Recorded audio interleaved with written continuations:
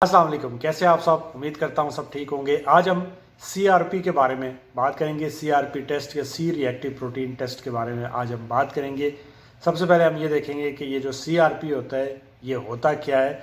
इसके अलावा ये सीआरपी टेस्ट क्यों किया जाता है, सीआरपी टेस्ट या सी रिएक्टिव प्रोटीन टेस्ट की नॉर्मल वैल्यूज़ क्या होती हैं, और अगर आपका सीआरपी पॉजिटिव आता है या फिर इसके लेवल्स हाई मिलते हैं तो इसका क्या मतलब हो सकता है। ये सारी बातें इस वीडियो में आपको बताऊंगा।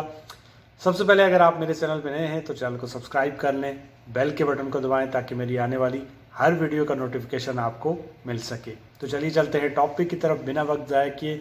सबसे पहले हम ये देखते हैं कि ये जो सीआरपी होता है, सी रिएक्टिव प्रोटीन होता है, ये होता क्या है। तो आपको नाम से ही अंदाज़ा हो रहा होगा कि ये एक तरह का एक प्रोटीन होता है, रिएक्ट करने वाला एक प्रोटीन होता है कि जो कि आपके लिवर के अंदर बनता है। और जब भी आपकी बॉडी के अंदर किसी किस्म का कोई इन्फ्लामेशन होता है, किसी किस्म की कोई इन्फेक्शन होती है, या फिर आपकी बॉडी के अंदर किसी किस्म की कोई इंजरी होती है, इवन कि अगर आपको कोई पंच करता है और उसके नतीजे में वहाँ पे इन्फ्लामेशन होती है, तो ये जो लिवर होता है वो आपकी ब्लड स्ट्रीम के अंदर इस सीआरपी को, सी रिएक्टिव प्रोटीन को भेजता है। अच्छा, अब ये टेस्ट जो है वो कैसे किया जाता है। तो ये जो टेस्ट होता है ये आपके बाजू से ब्लड लिया जाता है और लैब के अंदर दिया जाता है, जिसका रिज़ल्ट आपको आधे घंटे में 40 मिनट में मिल जाता है। ये टेस्ट क्यों किया जाता है, तो ये टेस्ट इसलिए किया जाता है कि देखा जाए कि आपके अंदर कोई इन्फ्लामेटरी डिजीज़ तो नहीं चल रही, कोई क्रॉनिक इन्फ्लामेटरी डिजीज़ तो नहीं है। बहुत सारी बीमारियों में, जैसे अगर आपको कोई फीवर हुआ है तो आपका डॉक्टर कर सकता है, अगर आपके अंदर कोई किसी किस्म का इवन के शुगर के पेशेंट है करके देख सकता है, आप नमोनिया हुआ है आप करके देख सकता है, आपके अंदर इवन कि अगर किसी ने आपको पंच किया, कोई इंजरी हो गई, रोड एक्सीडेंट हुआ, तो ये आपका डॉक्टर जो है वो करके देख सकता है। सो मुख्तलिफ बीमारियों में करके देखा जा सकता है। ये जो टेस्ट है क्या स्पेसिफिक टेस्ट है? नहीं, ये स्पेसिफिक टेस्ट नहीं है, ये एक नॉन स्पेसिफिक टेस्ट है। इसके करने से सिर्फ आपको इतना अंदाज़ा हो जाता है कि बंदे के साथ कोई ना कोई इन्फ्लामेटरी डिजीज़ चल रही है, कहीं ना कहीं इन्फ्लामेशन चल रहा है, कहीं ना कहीं इन्फेक्शन चल रहा है। बट इससे आप डायग्नोज नहीं बना सकते कि फ़लाँ बंदे को ये वाली बीमारी है।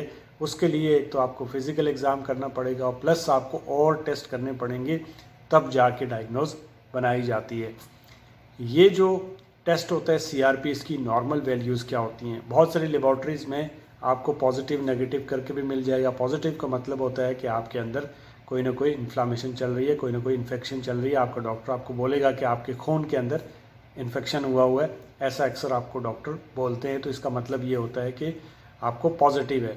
और बहुत सारी लेबॉर्ट्रीज़ में रीडिंग भी लिखी होती हैं, तो अगर आपकी रिपोर्ट के ऊपर रीडिंग लिखी है तो ये 1 मिलीग्राम पर लीटर से कम होनी चाहिए।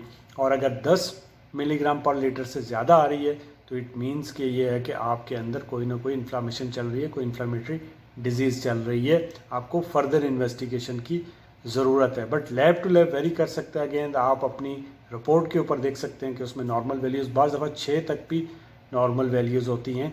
सो आप अपनी लैब का देखिए कि आपकी लैब के ऊपर उन्होंने जो आपकी रिपोर्ट है उस पर रीडिंग कौन सी लिखी हुई है।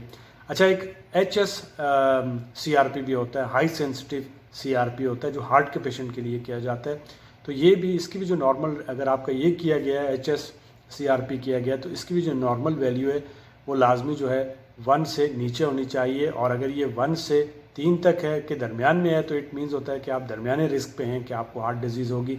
और अगर ये 10 से ज़्यादा है तो फिर आप हाई रिस्क पे होते हैं कि आपको हार्ट डिजीज़ होगी। सो ये HS high sensitive CRP, C reactive protein भी किया जाता है एक टेस्ट, बट अमूमन जो है नॉर्मल लेबॉर्ट्रीज़ में CRP किया जाता है। अच्छा, ये जो टेस्ट है ये आम बीमारियों में भी बढ़ सकता है। तो हाँ, ये वैसे भी हो सकता है, आपका बढ़ा हुआ आ सकता है। जैसे आपका रोड एक्सीडेंट हुआ तो ये बढ़ा हुआ हो सकता है, कोई इंजरी हो गई बढ़ा हुआ हो सकता है, कोई सर्जरी हुई है बढ़ा हुआ हो सकता है, पेट की कोई सर्जरी हुई है बढ़ा हुआ आ सकता है। इसी तरह ख़वातीन में प्रेगनेंसी में बढ़ सकता है, या फिर आप बर्थ कंट्रोलर पिल, जो कॉन्ट्रासेप्टिव पिल्स हैं वो ले रही हैं तो बढ़ सकता है। पीरियड के दौरान बढ़ सकता है। नमूनिया है तो उसमें बढ़ सकता है। कोरोना के अंदर आपने देखा होगा बहुत सारे जो पेशेंट हैं उनका बढ़ा हुआ मिलेगा। ऑटो इम्यून डिजीज़ जो रेमेटॉइड आर्थराइटिस है उसके अंदर भी ये बढ़ जाता है। सो ये बहुत सारी बीमारियों के अंदर बढ़ा हुआ मिल सकता है। सो अगर आपका ये बढ़ा हुआ है तो इसका मतलब सिर्फ इतना होता है कि आपकी बॉडी के अंदर कोई इन्फ्लामेशन चल रही है और आपको फर्दर इन्वेस्टिगेशन की ज़रूरत है, तब ही डॉक्टर आपकी डायग्नोज बना सकता है कि आपको कौन सी बीमारी है। तो ये था CRP के बारे में। होप सो कि वीडियो आपको अच्छी लगी होगी। वीडियो अच्छी लगे तो चैनल को सब्सक्राइब करें। मुझे अपनी दुआओं में याद रखिएगा। अल्लाह हाफ़िज़।